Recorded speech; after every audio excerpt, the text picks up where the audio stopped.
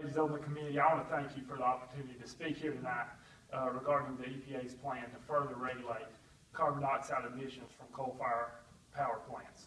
My name is Trey Kelley, and I have the honor of representing the 16th District of Georgia in our State House of Representatives. On my official services at the state level, I regularly have constituents from Polk, Bartow, and Haralson County reach out to me voicing their displeasure and outright objection to the direction our federal government is heading.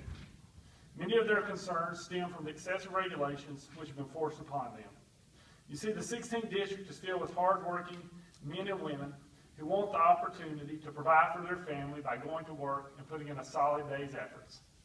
Unfortunately, reckless policies such as further restrictions on coal-fired plants put forward by the EPA and the current administration have unnecessarily interfered with these men and women's ability to provide for their families. In Georgia, we've seen a number of coal-fired plants forced to close because of the EPA's job-killing policies. In the 16th District alone, there are thousands of individuals employed by local EMCs, power companies, and railroads who will be directly impacted by further regulation of coal-fired plants and at great risk of losing their job under these EPA regulations. These job losses would be devastating to our community and would send a shockwave throughout our local shops and restaurants. The EPA says they want to reduce carbon dioxide emissions as a way to address global climate change.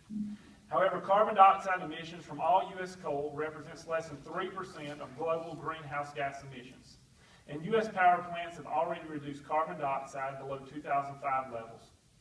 Further EPA regulation will be ineffective and will only lead to increased energy prices at a time when a struggling economy is already forcing families to pinch their pennies. As a state legislator, I believe I have a responsibility to advocate for and put forth policy at the state level which promotes a stable, pro-growth business environment. I also recognize that I have a responsibility to voice the concerns I and my constituents have with unduly and burdensome federal regulations like the one we are discussing tonight. I strongly urge this committee to reconsider implementing further regulations on coal-fired plants, which will raise energy costs for Georgia families, result in dramatic job losses, and lead to an increased U.S. reliance on foreign energy. Instead, I will ask the EPA to remove regulatory barriers to efficiency improvements at existing coal-fueled power plants, allowing them the ability to maintain affordable and reliable operations. Thank you again for the opportunity to speak here tonight. Thank you. Thank you very much.